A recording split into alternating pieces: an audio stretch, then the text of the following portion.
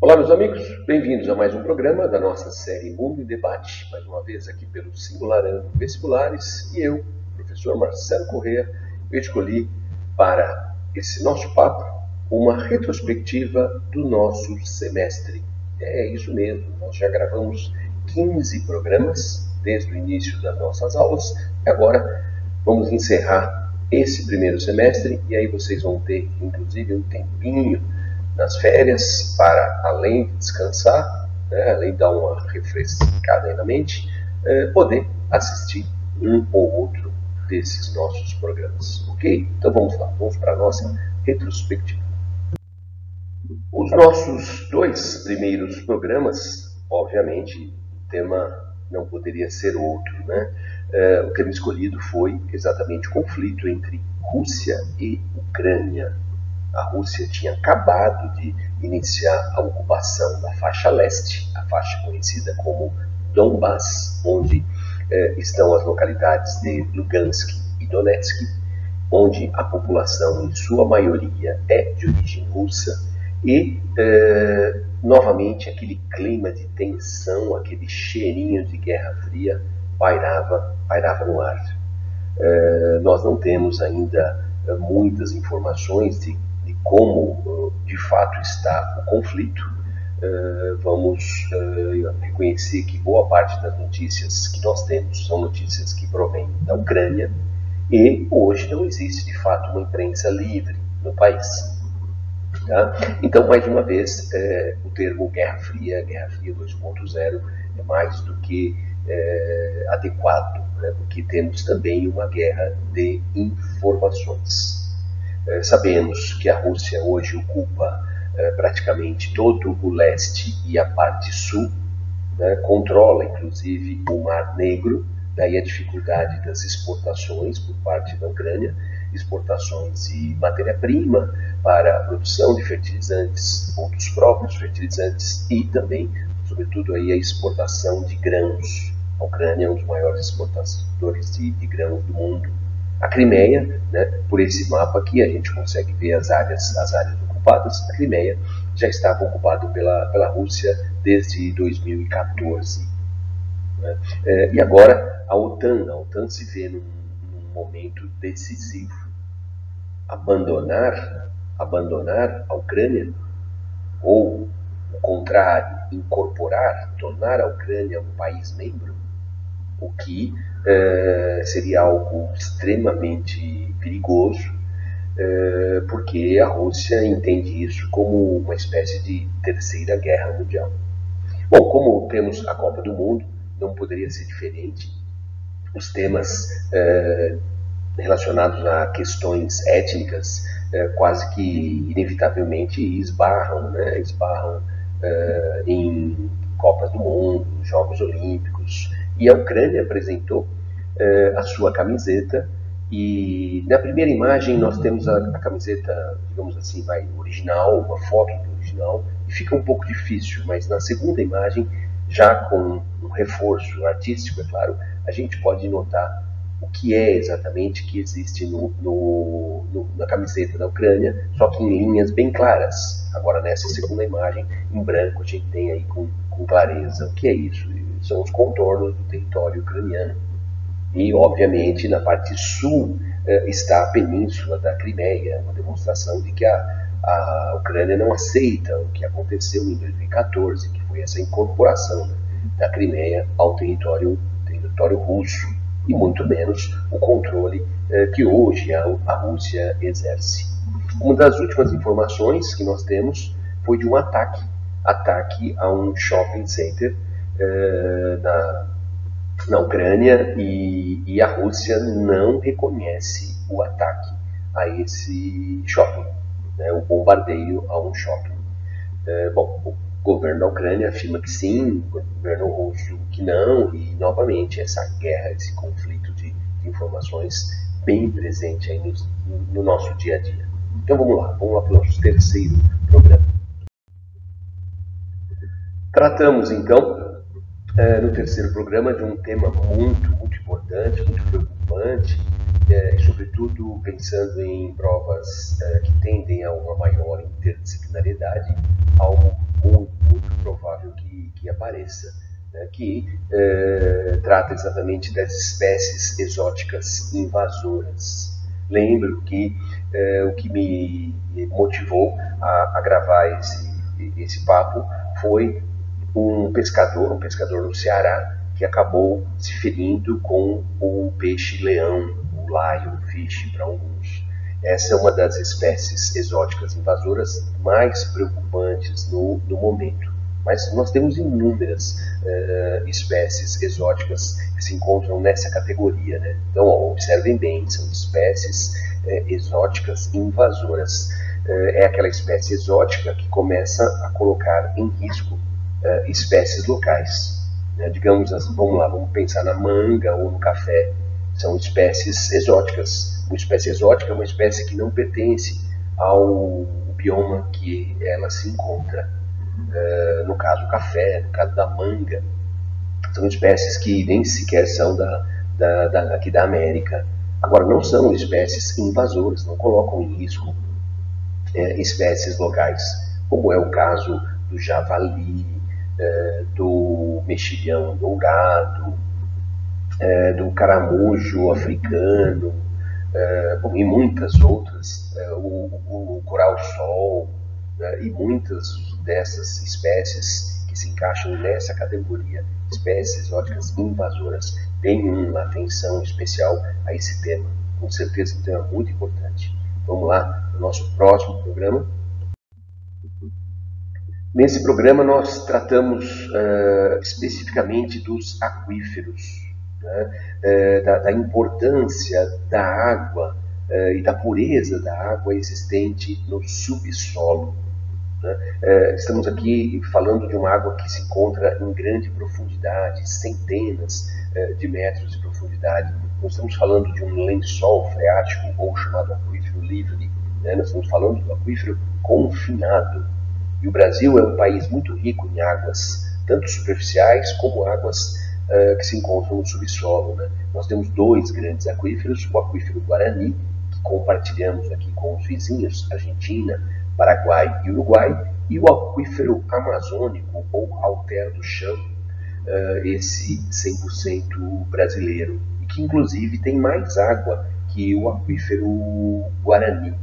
Agora, uma coisa que nos preocupa é a falta de cuidado, sobretudo com relação a perfurações artesianas clandestinas. Isso preocupa bastante. E nesse programa eu tratei de alguns municípios do interior de São Paulo que já têm 100% de sua água, da água utilizada no abastecimento, né? 100% da água proveniente do aquífero Guarani.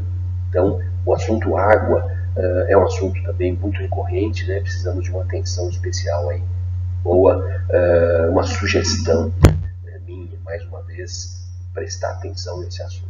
Vamos lá, vamos para o próximo. Nesse programa nós tratamos da geoengenharia, né? também chamada de engenharia climática ou intervenção climática, né? Trata-se de um conjunto de tecnologias emergentes, algo novo, né? Tecnologias que podem atuar no meio ambiente, compensando parcialmente alguns dos impactos das mudanças climáticas. Né? A proposta mais difundida, onde os estudos estão assim avançando numa velocidade maior, é de realizar sobrevoos e lançar partículas que serviriam para refletir uma parte calculada, né, dos raios solares de volta para o espaço, assim, evitando um maior aquecimento da atmosfera na parte mais baixa, né, a qual nós e as demais espécies sofrem maior influência. Só que isso funciona muito bem nos modelos matemáticos, porém fica aí uma dúvida de outras consequências de um advento como esse, né? O lançamento aí de partículas que iriam refletir os raios solares. Que também outra questão que se levanta é que será que não seria melhor atacarmos exatamente o que vem provocando o aquecimento? do que partir para uma intervenção como essa, né, também chamada geoengenharia solar. Não seria melhor tentar corrigir o que nós fizemos até agora, nesses, sobretudo, 200 anos em evolução industrial, né, e assim tentar ver se a Terra, por si só, pudesse se rearranjar, ou não, ou vão partir para o lançamento de tais partículas e vão desencanar de vez, por exemplo, no que diz respeito à queima de combustíveis fósseis. Bom, mas é um tema que merece aí uma reflexão e vale a pena olhar, é claro. Vamos para o próximo. Nesse programa tratamos do Pranares. Pranares, até uma palavra difícil, né, de pronunciar. Plano Nacional de Resíduos Sólidos. É um decreto aprovado aí com praticamente 10 anos de atraso, né, mas foi aprovado em abril desse ano. Então a ideia é, de fato, você modernizar a gestão dos resíduos sólidos no país, que é um caos. A nossa taxa de recuperação, de reciclagem, dentre as maiores economias do mundo, a nossa taxa de reciclagem fica dentre as menores. Um setor ou outro, de forma mais específica, é que a gente se destaca, mas no geral a nossa posição é uma vergonha. Então acho que vale a pena pensar um pouquinho nesse Plano Nacional de Resíduos Sólidos e uma atenção especial com relação à nomenclatura, né? Então, por exemplo, lixo é tudo aquilo que não se quer mais, aquilo que é jogado fora. É um termo mais genérico, lixo.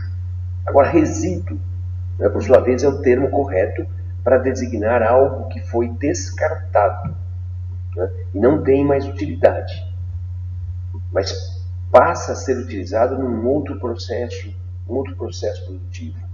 Né? Então, o resíduo é aquilo que eu vou descartar porque não tem mais utilidade, mas ele pode ser utilizado, portanto, ele pode ser reciclado. Eu consumi uma garrafa de refrigerante, eu vou descartar, né? Mas aquele resíduo plástico pode ser reciclado. Né? Já o termo rejeito, o rejeito se refere a algo que não pode ser reutilizado, não pode ser reciclado, não pode ser compostado. É uma forma específica de resíduo que, por ter sido utilizado muitas e muitas vezes, já chegou num ponto assim de esgotamento, não pode ser reciclado. Né? A única maneira é uma destinação correta, né? E a destinação correta hoje, que entendemos, são os aterros sanitários, né? Eventualmente incinerados. Por exemplo, boa parte aí dos resíduos hospitalares. Não tem o que fazer com isso, então a incineração geralmente é o caminho mais adequado. Né? Então, pensa um pouco nisso. Lixo, um termo genérico. Resíduo é parte do que estamos chamando de lixo, mas é uma parte que nós podíamos, né, reservar e darmos ao resíduo uma destinação mais adequada. Qual seria a mais adequada das destinações? A reciclagem. E aquilo que chamamos de rejeito é aquilo que, de fato, não tem mais o que fazer.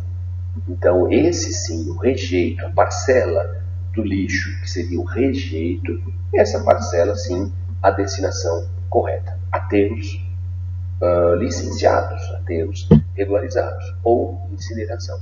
Mas é um tema bem importante. Vamos lá, vamos partir para o próximo.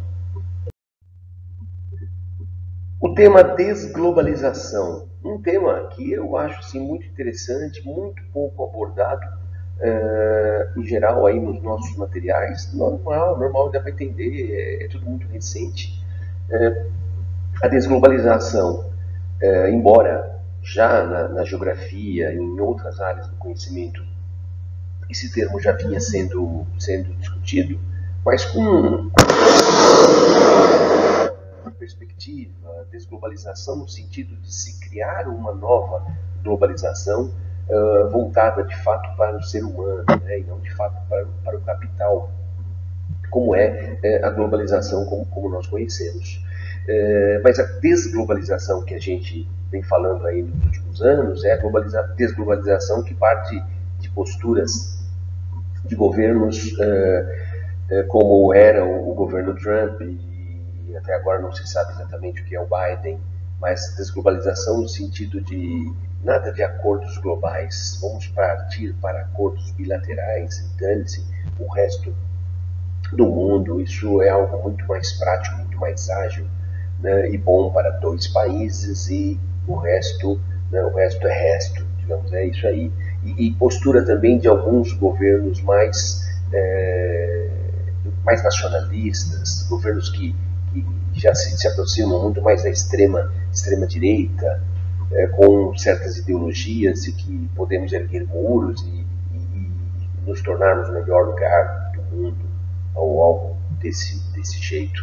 Né? E também outros já falam numa necessidade da desglobalização no sentido de nos protegermos, porque, como vimos, por exemplo, o ano passado, o acidente que fechou, o navio que fechou o canal do Suez, e de repente tivemos uma crise global de falta de matéria-prima, né, de componentes, e também, claro, a pandemia, quando vimos lockdown, os mais sérios ocorreram na China, interrompendo a cadeia produtiva em vários setores do mundo, e até hoje, com alguns reflexos. Né? Então, se fala bastante em desglobalização, e eu acho que a gente precisa dar uma olhada. Sim. Vamos lá, vamos para o próximo. E aí, nesse papo, trabalhamos um pouco a questão dos fluxos migratórios, né? Fluxos migratórios nas mais diferentes categorias, mas, obviamente, o dia 20 de junho, né? O Dia Mundial dos Refugiados. E o refugiado, aquele que se encontra na condição de refugiado, aquele que foi aceito como refugiado, ele não está no país que está por uma escolha, e sim por uma necessidade, né? Como nesta campanha aqui da Acnur, do Alto Comissariado das Nações Unidas para os Refugiados, né? Abre aspas, saí para salvar minha vida. Né? Hoje, infelizmente, o mundo registra a triste marca de mais de 100 milhões de pessoas que foram forçadas a deixar seus lares para se manterem vivas. Diferente do imigrante, aquele que buscou uma vida melhor, aquele que está onde está em busca de uma vida melhor, o refugiado, esse teve que sair literalmente para se manter vivo. Então, um tema muito, muito pertinente para a gente. Vamos lá para o próximo. E nesta semana trabalhamos o tema trabalho escravo, a escravidão contemporânea, condições de trabalho análogas à escravidão, termos e mais termos, mas para, na verdade, falar, né, que infelizmente no mundo hoje milhões de pessoas se encontram nesta condição. Né? E nós tratamos mais especificamente do Brasil alguns números, né? Nós temos números só de 1995 para cá, né? E mais de 55 mil pessoas já foram resgatadas de condições, né, análogas à escravidão. Pessoas que trabalhavam, nada recebiam, né, pelo trabalho realizado, não podiam deixar o lugar, portanto, ali trabalhavam, ali viviam, né, e nas piores condições possíveis. Vocês devem se lembrar de como foi emocionante, né, quando uma repórter entrevistou uma senhora que estava há 50, agora até me falha a memória, 50 anos ou algo assim, sem sair de casa. E depois, nem sei que pé que está isso hoje, mas o advogado da família, num dos primeiros momentos aí da defesa, chegou a alegar que essa senhora não recebia nada porque ela era considerada como se fosse da própria família. Olha a que ponto chegamos, né?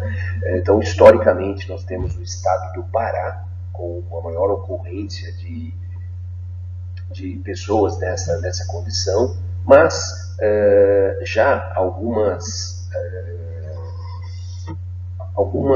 levantamentos, não, levantamentos não é a palavra correta, mas atuações da Polícia Federal nos últimos meses colocaram Minas Gerais com o maior número de pessoas resgatadas. Mas isso são números recentes, né? No total, continua sendo o Pará o local onde você tem historicamente pessoas nessa condição. E é uma vergonha, em pleno século XXI, admitir que uma coisa dessa, tem tantas outras, mas acontece por aqui ainda.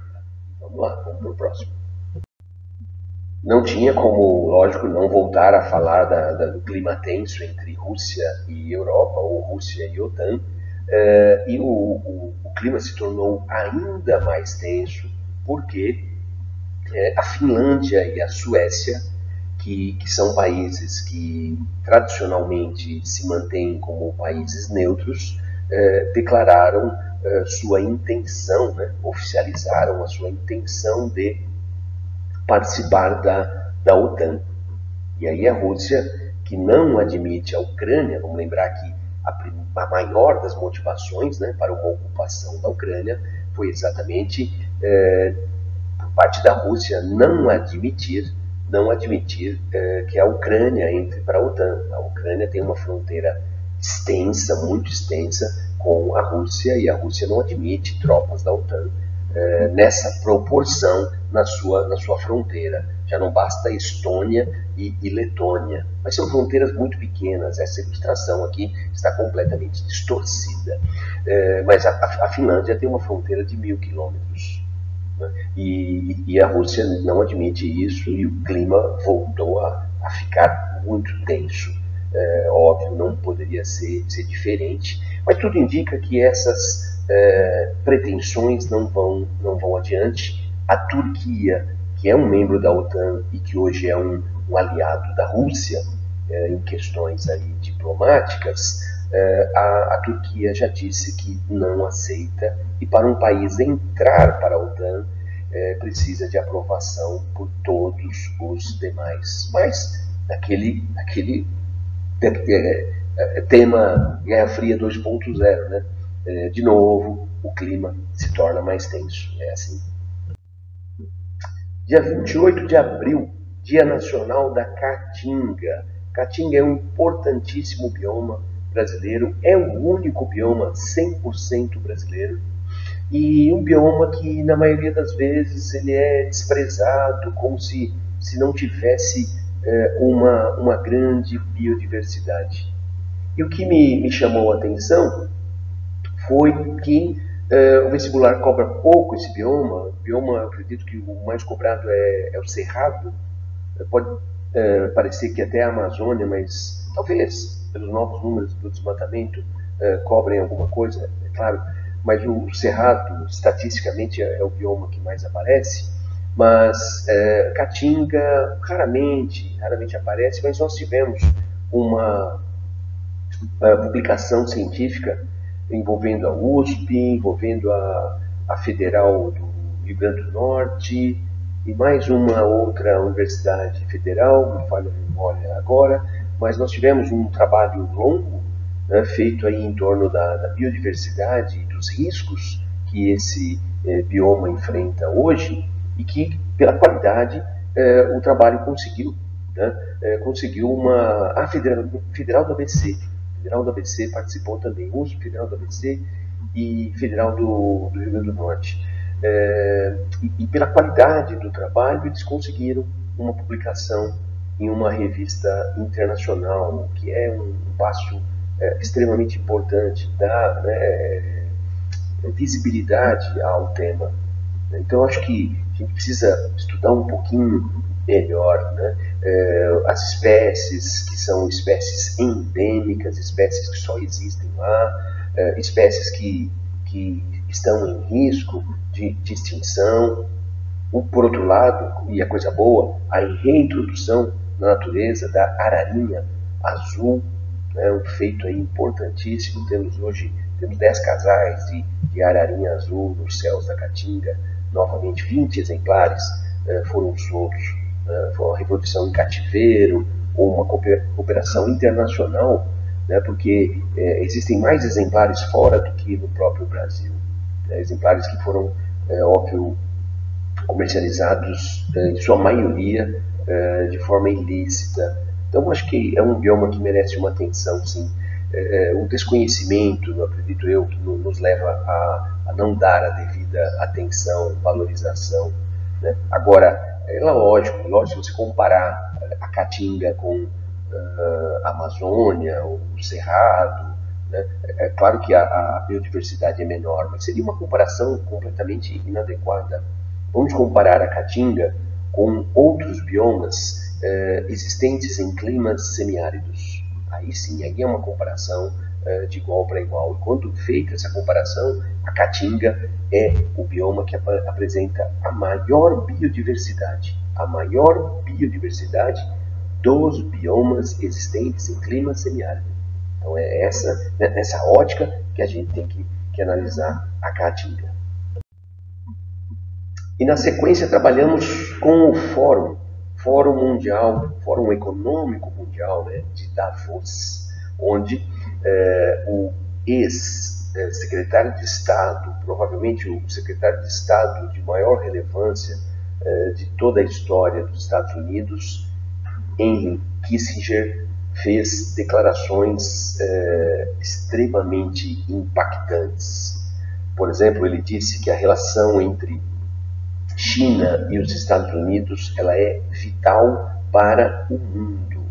Nas palavras de Henry Kissinger, os Estados Unidos não podem se afastar, os Estados Unidos têm que se aproximar da China. E não é bem isso que vem acontecendo. Sobretudo, alguns desdobramentos do conflito Rússia-Ucrânia. A Rússia não pode deixar de exportar o seu gás, exportar o seu petróleo. E a Rússia vem sofrendo sanções por parte da União Europeia, por parte até mesmo dos Estados Unidos. Então hoje a Rússia vem buscando se aproximar muito, e já está se aproximando muito da China. E nas palavras do Kissinger, se o Ocidente pressionar o Putin, pressionar a Rússia, duas coisas vão acontecer. Bom, primeiro, ele vai buscar se aproximar e muito da China, o que dá, né, à China ótimas condições na oferta de matéria-prima, o que resulta numa China ainda mais forte. E se militarmente esses dois se unirem, para o Ocidente seria uma tragédia, né? Militarmente, pensando em uma operação, exercícios militares em conjunto, Rússia e China estão fazendo praticamente aí anualmente.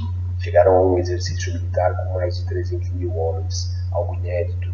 Agora, se de fato os dois estiverem dispostos a uma aliança militar contra o Ocidente, o tom aí do nervosismo se tornaria ainda muito maior. Como o Kissinger disse, uma outra questão importante é melhor não acuar, não deixar a Rússia numa posição acuada, porque historicamente mostra que ela reage e hoje, obviamente, podemos pensar numa reação, né, de uma proporção assustadora. A Rússia já tem em condições de uso os mísseis hipersônicos.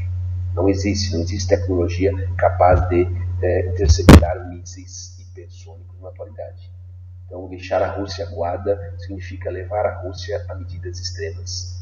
E ele, Kissinger, fala que, infelizmente, a Ucrânia tem que aceitar, perder o território que já perdeu, não entrar para a OTAN, tampouco para a União Europeia.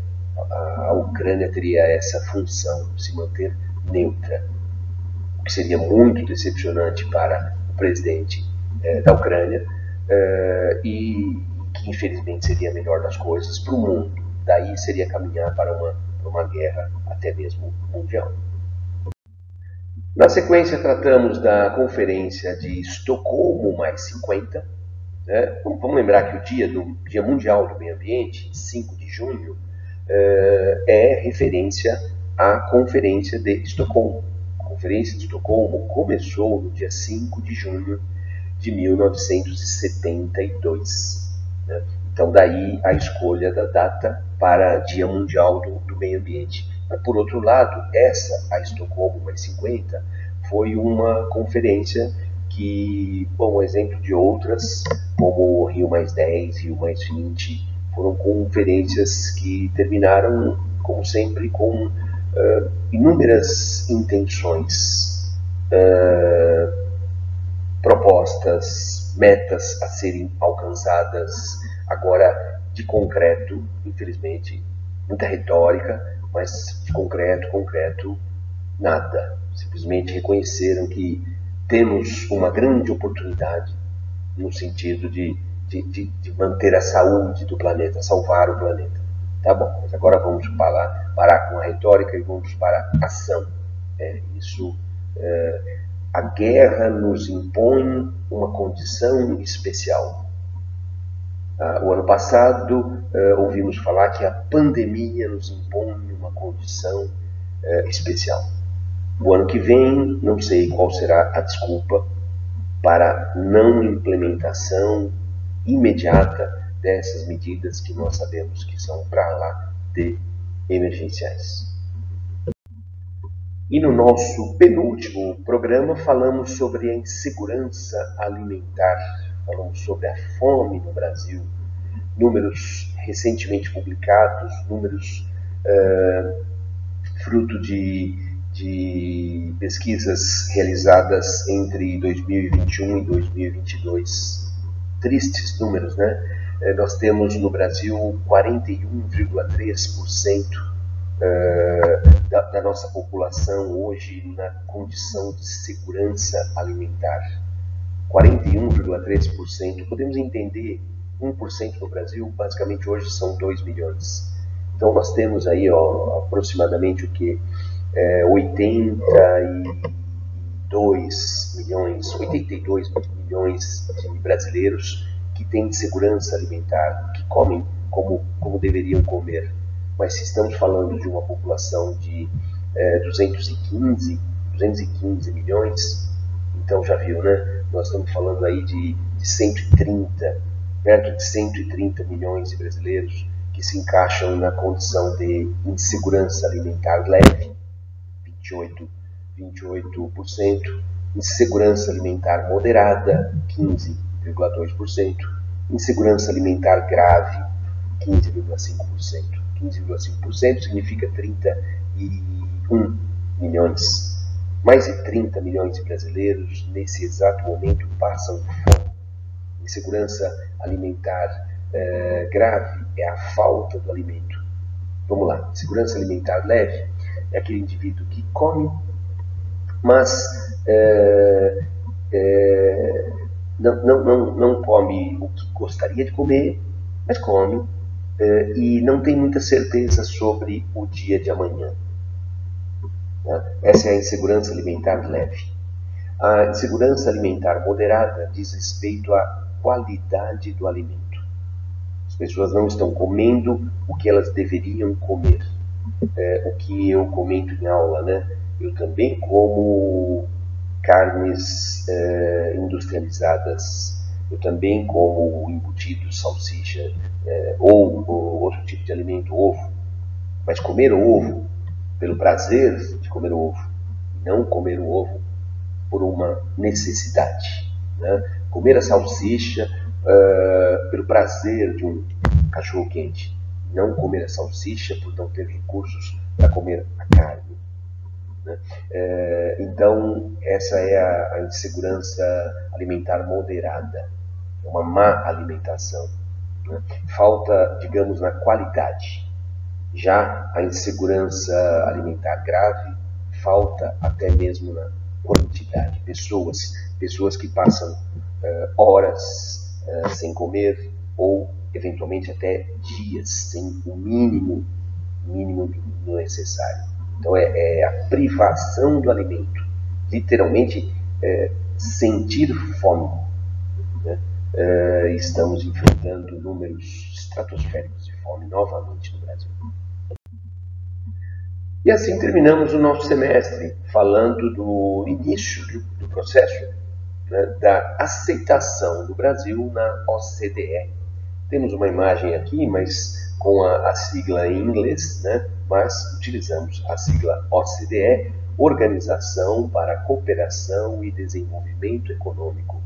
Algo como um clube de países ricos que propõe uma espécie de uma formatação de procedimentos que um país deve adotar e assim esse país passa a ter um rótulo, digamos, de maior confiabilidade e isso, sem dúvida, traz inúmeros investimentos. Né? Mas esse é o bônus de fazer parte da OCDE. Mas digamos que também tem o ônus, tem uma certa lição de casa que eu não sei não se temos competência para concluir, para que aí então tenhamos a nossa aceitação plena na organização. Bom, vejamos, mas o processo já começou. Então é isso, encerramos aqui o nosso primeiro semestre, essa oportunidade aí que o Singularando Vestibulares me dá já há mais de 12 anos.